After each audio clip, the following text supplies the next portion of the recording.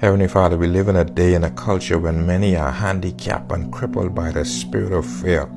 Fear of failure, fear of judgment, fear of rejection, fear of tomorrow, fear of the future. But Father, in the name of Jesus, I thank you that you have not given us the spirit of fear, but of power, of love, and of a sound mind. And in the name of Jesus, I bind every spirit of fear and I come against every spirit attached to it in the name of Jesus. I release the spirit of boldness. I release the spirit of courage.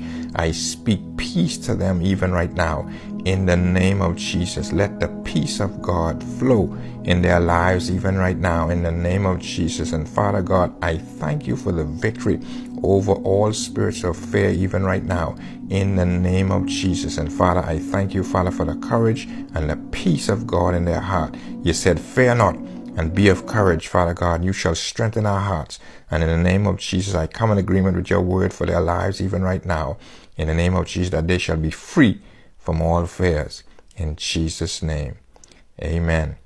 Listen, my prayers mean nothing if you don't do something, because faith without works is dead. Follow for more.